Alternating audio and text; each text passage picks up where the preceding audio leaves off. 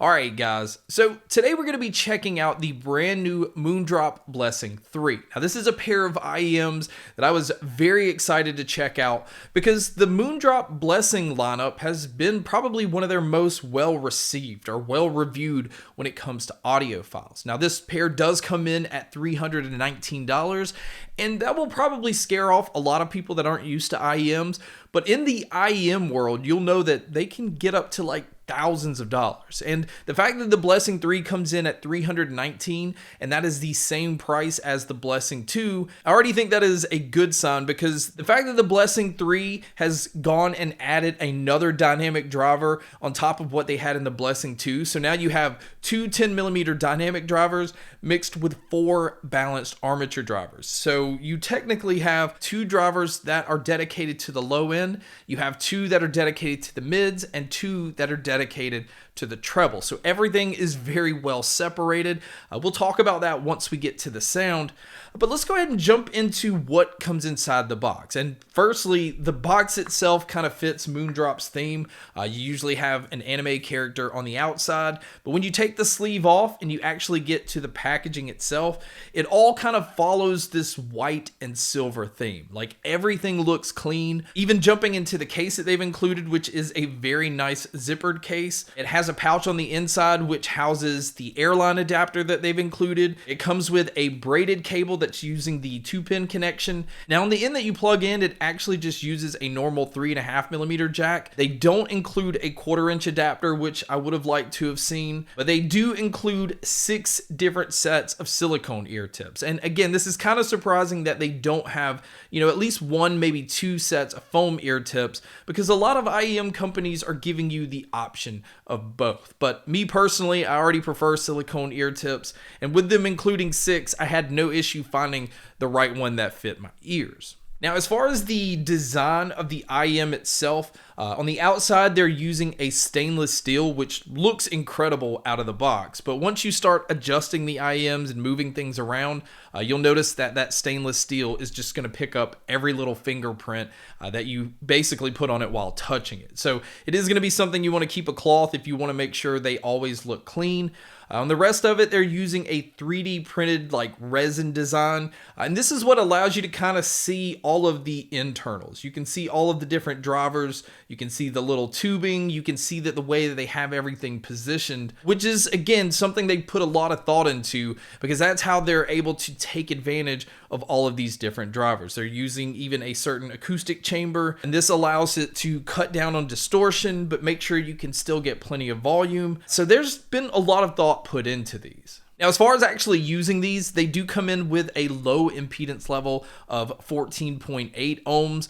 It's a pair that's very easy to drive. You can just plug it straight into a phone, a tablet, or your gaming device, laptop, whatever. You're going to get plenty of volume that way. But if you really want to get the most out of these as far as from a sound standpoint, you're definitely going to want to use an amp. Now, I just use an ARC MK2 amp. It doesn't have to be anything special. This is not an expensive amp. And I felt like it was really giving me a lot when it comes to the bass, and the mids, the treble, the sound stage, everything. It made these sound so much different than just plugging them straight into a phone. So do keep that in mind. You don't have to have an amp to get good volume, but to get a lot out of them, even if you're just using one of those simple like Dragonfly type amps to plug into your phone, you will benefit more by using one of those. So now let's just go ahead and jump into the sound. And the sound on these, it's pretty spectacular. I am somebody that likes a very U-shaped curve sound signature. I like to have the impact of bass. I like to have a very bright treble. I do not like to have my mids get lost in anything, and this pair just checks off all of those boxes. And this pair specifically has a frequency response of 10 hertz to 30 kilohertz. I do feel like having that extra dynamic driver, having 2 10mm dynamic drivers, it really does bump up the low end. It's adding some warmth to the sound, but just slightly. The bass is very aggressive, but it's quick. It's not a bass that's just sitting around and destroying everything else. So when the drums hit, you feel each impact of the drums, but you can feel the next hit. It's not just that first one is starting to dull everything out. The mids on this pair, I think, sounded great across all genres, especially when it comes to rock and metal, which I listen to the most. It brought out a lot when it comes to guitars, but if it was male or female vocalists, you can hear a lot of subtle characteristics. Same thing with the treble. The treble is tuned up to be quite bright. Some people might find it to be a little too bright. I didn't feel like it had a lot of sibilance in the S's. I felt like it was pretty much balanced really well with that very aggressive low end. So it just, again, leads it to be a U-shaped sound signature without anything really just taking over. And same thing with the soundstage and the sound imaging. And I don't know if this is because of how they have the drivers positioned, but it sounds very, very open. And being able to tell where sounds are coming from, this pair had no issues with. In fact, as great as it sounded with music, I found that I really enjoyed these when it came to gaming. I think this is an excellent pair for media. Because it's not wireless, you don't have to worry about lag, but because of all of the different drivers, if you're playing a game, you can hear subtle footsteps, you can hear people talking, but if an explosion goes off, you also can feel the impact of bass. And it just, again, I don't know if it's because of that slight warmth, it really does sound like you're just dropped in to whatever environment you're playing in. So if I had to break this down into the different categories, if you listen to pop and hip hop, I easily give this pair a 9. Same thing with rock and metal. It's a 9 here as well because of how fast it's able to keep up. And because it's very good with vocalists, if you're listening to easy listening or country or anything that's more vocal driven, I'd give them a 9 here. And when it comes to media and when it comes to gaming, this is the area I would give it a 10. Now, I don't give many things a 10 because I think that's like perfection, but this is one of those pairs that made me want to go back to using them in those different situations. And so it was easily a 10.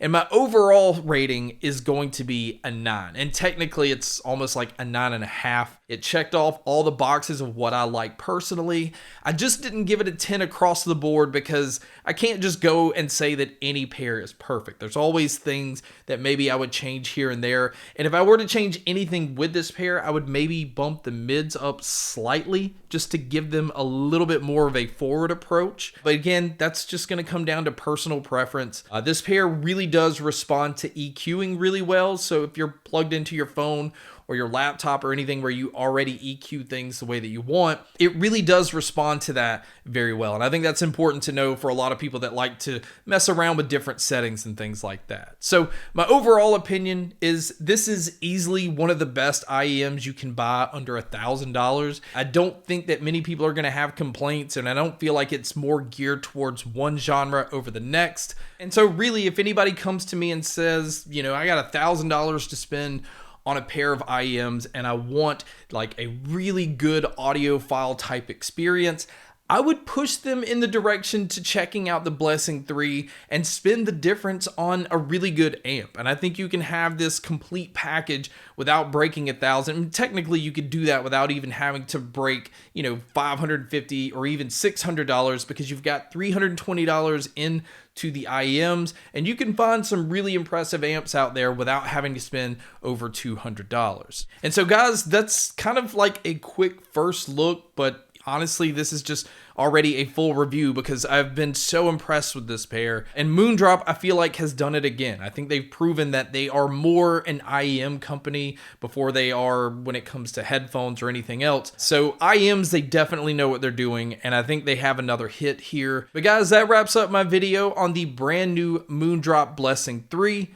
Thank you so much for checking out this video. Thank you so much for checking out all the other videos. And as always, make sure to stay tuned for more.